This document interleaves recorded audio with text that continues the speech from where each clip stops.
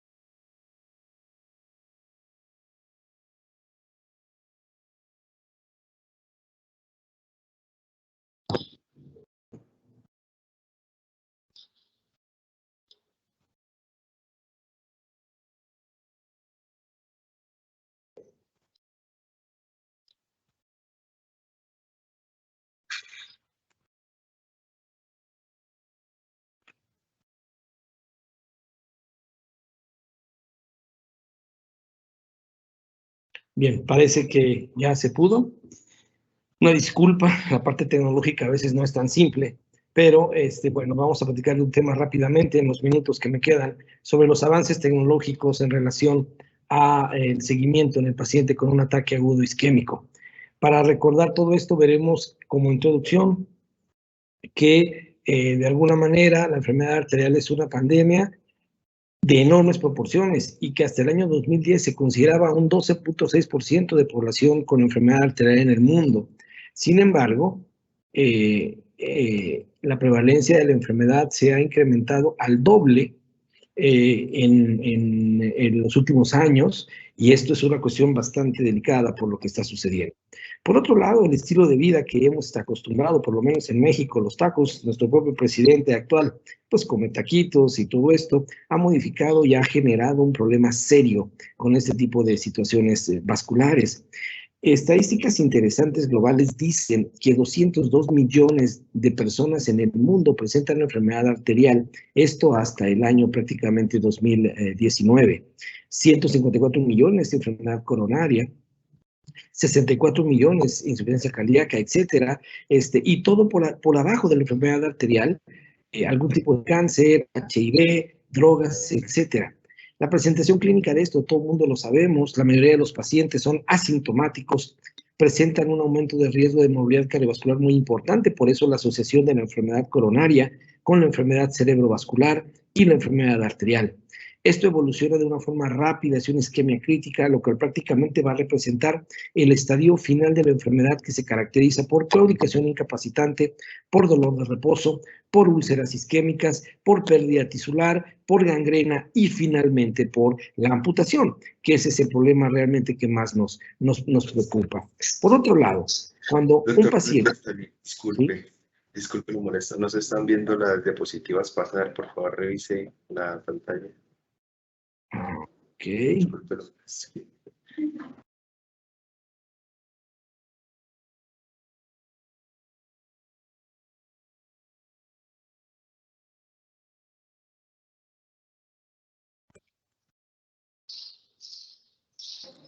Por favor, denle la opción de compartir toda la pantalla y ya ahí se le permite pasar y poder ver las diapositivas correctamente. A ver, déjenme volverlo a checar.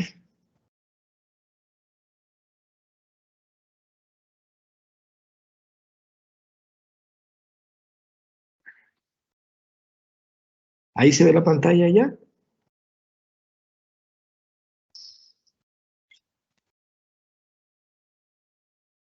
Sí, sí, señora, ahí ya se ve la siguiente diapositiva.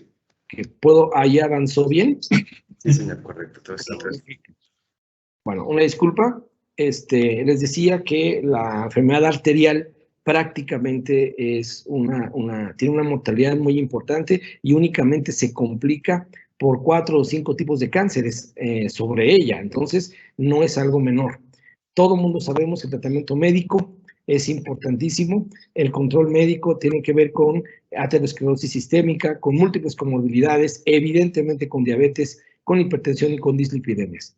Sin embargo, menos de la tercera parte de los pacientes que tienen una enfermedad arterial reciben el tratamiento médico óptimo. Por otro lado, y esto es muy importante recordar, que los factores de riesgo para la enfermedad arterial tienen que ver con la hipertensión arterial, la hipercolesterolemia, la reactividad plaquetaria, procesos inflamatorios, evidentemente la diabetes, de la cual hemos tenido 2 charlas espectaculares esta mañana, y el tabaquismo. Y entonces los pacientes llegan en estas condiciones, todos con isquemias críticas, con lesiones que amenazan la extremidad, con lesiones que ponen en riesgo la extremidad y que ponen al paciente en un riesgo absoluto de una amputación.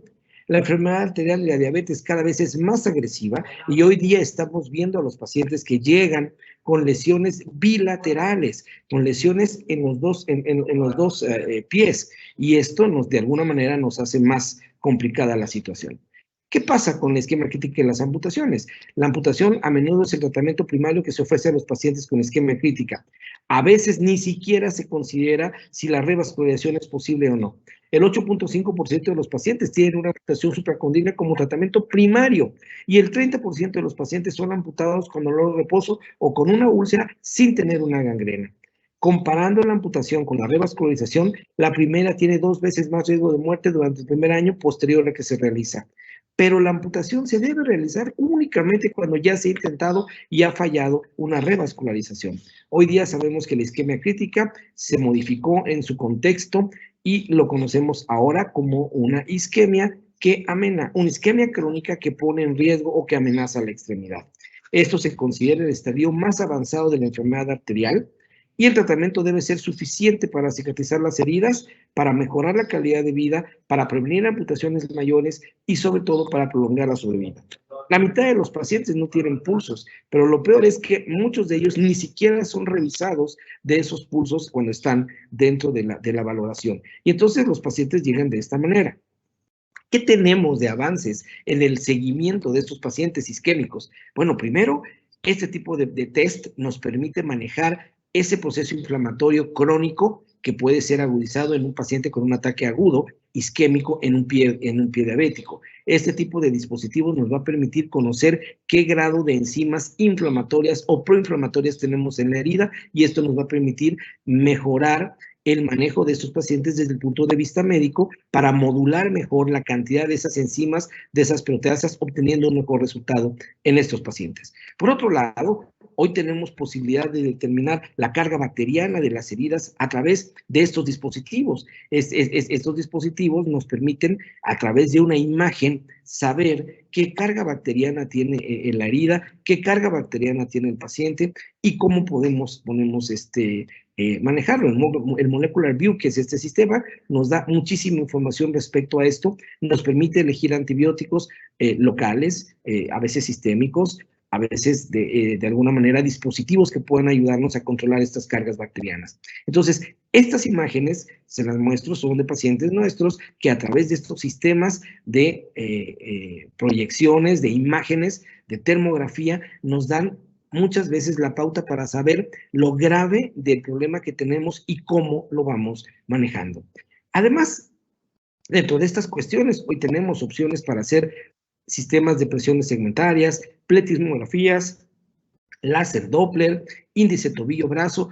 Todos estos nos van a ser útiles en esa valoración, en ese protocolo tecnológico del paciente con normalmente las diapositivas no están corriendo por alguna razón. ¿Puede por favor revisar? Ahí lo podemos revisar. ¿Ahí corre ya? No, no señor, no se está corriendo. Ahí puede ser el internet.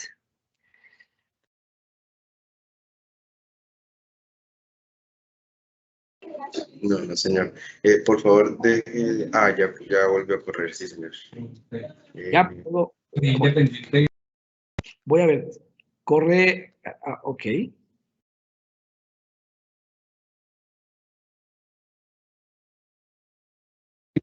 Si quieren, no lo proyecte en pantalla completa, sino simplemente pase las diapositivas desde ahí, desde esa vista.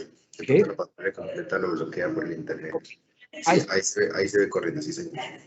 Entonces, les decía que esta tecnología nos permite evaluar por imágenes todo esto, y esta tecnología también nos permite hacer un diagnóstico oportuno preoperatorio a través de presiones segmentarias y de otro tipo de situaciones muy precisas como la pletismografía, láser Doppler, etcétera, etcétera. Ahora, la isquemia crítica se está presentando de manera bilateral. Estamos viendo pacientes mucho más graves, mucho más complejos, donde a veces no sabemos qué punto de tratamiento vamos a tener. La cirugía endovascular nos ha dado a través de múltiples estudios a través del tiempo muchas opciones, mejorando la cantidad, la calidad, el tipo de valores, el tipo de stents que de alguna manera se están utilizando como una opción.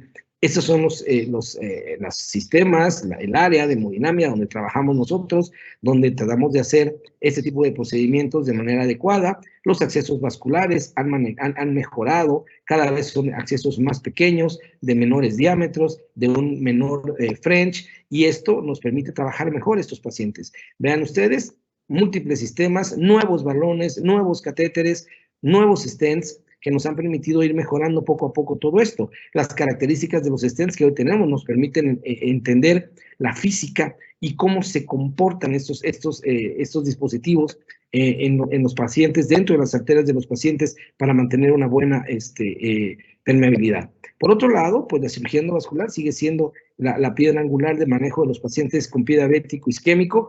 Esto es las primeras opciones que tenemos. Pueden ver en esta imagen un pie isquémico, entra a sala, hacemos la angiografía, hacemos la angioplastia y la arteria está recuperada en poco tiempo. Vean ustedes el seguimiento de estos pacientes igual, entran a sala, hacemos lo que hay que hacer, a veces se requiere un stent, como en este caso, un stent con medicamento, y bueno, el resultado debe ser bueno. Vean ustedes, distales, imágenes donde están perdidos los arcos, donde no hay buena circulación, logramos bajar un balón, hacer un arco con un balón, y el resultado pues es bueno también. Y clínicamente vean ustedes cómo estos pies isquémicos complicados, después de ser tratados con cirugía endovascular, tienen una mejoría importante. Otro ejemplo, un pie totalmente isquémico, se revasculariza, se coloca un stent y posterior a esto tenemos una mejor perfusión. Otro ejemplo de lo mismo, vean ustedes balones a través de las arterias distales, tibial posterior, arteria pedia, haciendo un arco, etc. Otro avance interesante es el uso del CO2. El CO2 nos ha permitido tratar de una mejor manera y con menos morbilidades a pacientes que tienen falla renal, también como complicación de su diabetes. Entonces, el CO2 es una opción en pacientes con insuficiencia renal, con nefropatía diabética, para evitar dañar más las arterias y poder tener la opción de revascularizarlos con todo lo que se pueda. Aquí les muestro un caso de un paciente que incluso se pudo dar la vuelta por la arteria tibial anterior hacia la arteria tibial posterior y revascularizarlo. ¿Qué otras opciones avanzadas tenemos? Bueno, hoy día tenemos stents recubiertos, tenemos aterotomos que son espectaculares. Algunos ejemplos, el Jetstream, Phoenix, el láser exímero, el uso del ultrasonido intravascular hoy día nos ha permitido tener una opción mucho mejor, usar los filtros de protección arterial distal también para evitar esos casos de ateroembolismo en pacientes con calcificaciones serias.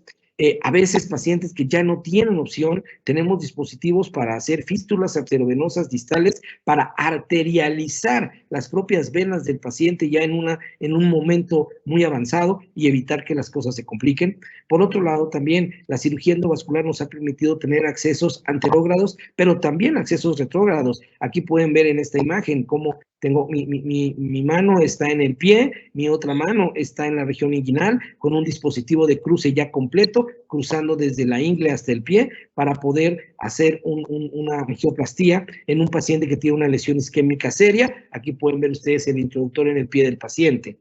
Entonces, la tecnología, los avances nos han permitido ya llegar a este tipo de cosas. Y por otro lado, el seguimiento después de revascularización lo hacemos con láser Doppler y con una determinación transcutánea de oxígeno que nos permite dar un buen seguimiento y saber si lo que hicimos estuvo bien hecho o no estuvo al 100% como nos hubiera gustado, y tendremos que buscar algunas otras opciones adyuvantes para manejar estos pacientes.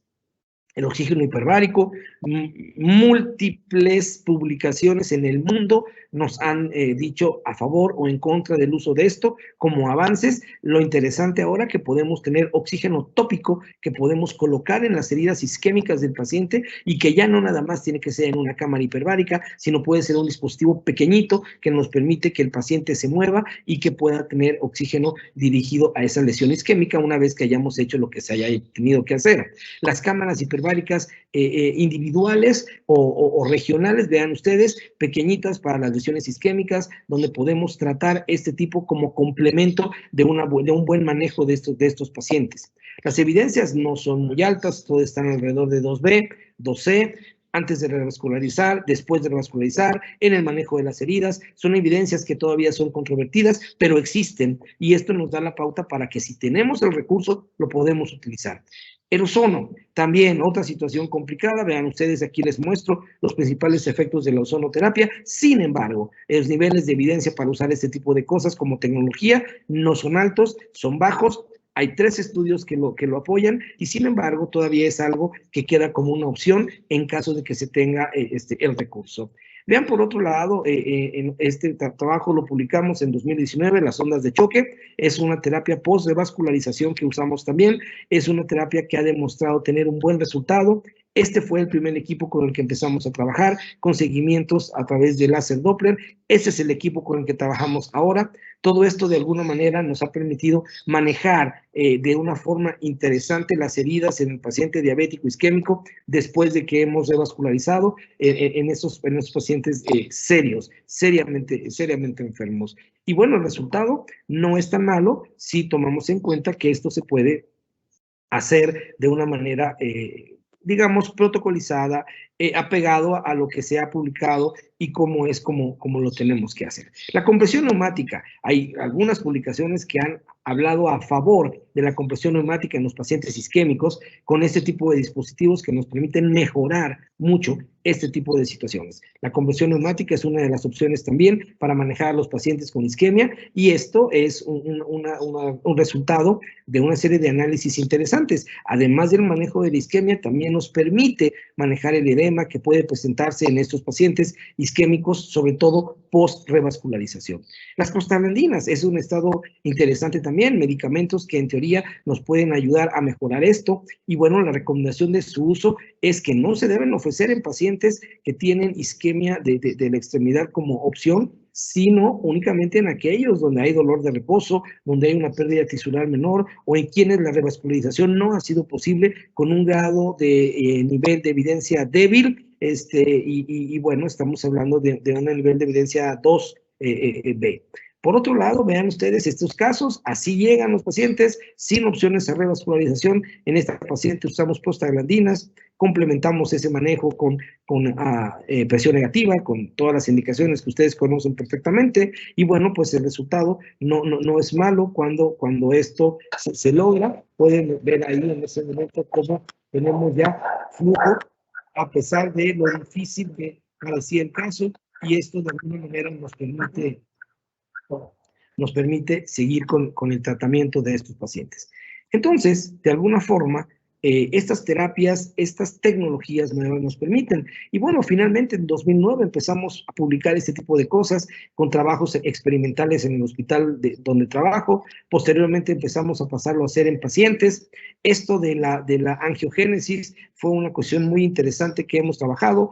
empezamos a trabajar con estos sistemas. Aquí les muestro los sistemas que utilizamos para la angiogénesis. Vean ustedes cómo obtenemos esas células madre de la médula ósea, sobre todo de los huesos ilíacos, y una vez que hemos obtenido esto, hemos logrado a tratar este tipo de pacientes con esta tecnología. Nos ha servido para manejar la herida con estas sustancias o con estas, digamos, aféresis de la propia sangre del paciente, ya con factores de crecimiento, etcétera, etcétera, y después también en pacientes que no son revascularizables, guiadas por ultrasonido, podemos colocar este tipo de células madre de alguna manera todo ecoguiado. Y el seguimiento de estos pacientes con láser Doppler, para que vean ustedes las curvas de perfusión que teníamos previo y las curvas de perfusión que teníamos después de este tipo de procedimientos en estos protocolos que estamos haciendo para pacientes con isquemias donde tenemos problemas de manejo. Y bueno, lo más interesante es que después de todo esto que habíamos hecho nosotros, en Europa se publica la misma técnica con los mismos equipos para pacientes que no tienen opción de revascularización. Entonces, como ustedes han podido ver hasta aquí, la tecnología nueva nos permite hacer muchas más cosas. Nos permite revascularizar pacientes difíciles, pacientes con accesos complejos, con calcificación, con múltiples arterias obstruidas. Pero de todas formas, ya una de las charlas que sigue después van a platicar sobre la revascularización en los pacientes que se tiene que hacer cuando hay isquemia, pacientes ya amputados, y de todas maneras con miembro único, siempre vale la pena intentar hacer algo para salvar estos miembros cuando es necesario. Bueno, lo que queremos evitar es esto. Aquí les muestro 3 pacientes míos, pero afortunadamente estos pacientes fueron operados y fueron amputados con 5 años de diferencia cada uno. Él es un médico, un anestesiólogo de mi hospital, vean ustedes la terapia intensiva, él, un paciente que además en diálisis peritoneal, el muñón de una de sus amputaciones isquémico, y este último paciente es una de las imágenes que les mostré que fue prácticamente imposible revascularizar. Entonces, la tecnología nos puede ayudar a prevenir esto, nos puede ayudar a evitar este tipo de cosas. Hoy día, cada vez pacientes más jóvenes llegan en estas condiciones y el tratamiento médico debe ser a tope en forma protocolaria. Hay prostaglandinas o lo que ustedes quieran hacer con estos pacientes. Esta paciente es una de mis últimas pacientes que ustedes les muestro acá, tiene 32 años y vean ustedes, diabética, vean ustedes las condiciones en las que ella llega a la oficina para ver si podemos hacer algo por su pie. Por lo tanto, nos queda pegarnos a los hechos que tienen niveles de evidencia probados, métodos específicos para el manejo del pie diabético, ubicar nuestra realidad y adaptarla a nuestros recursos sin olvidar lo que sabemos que realmente va a funcionar. Esto nos va a obligar a varias cosas. Primero, hacer un diagnóstico correcto, integral del paciente, y esto es uno de los objetivos principales de este curso, ver al paciente de forma integral.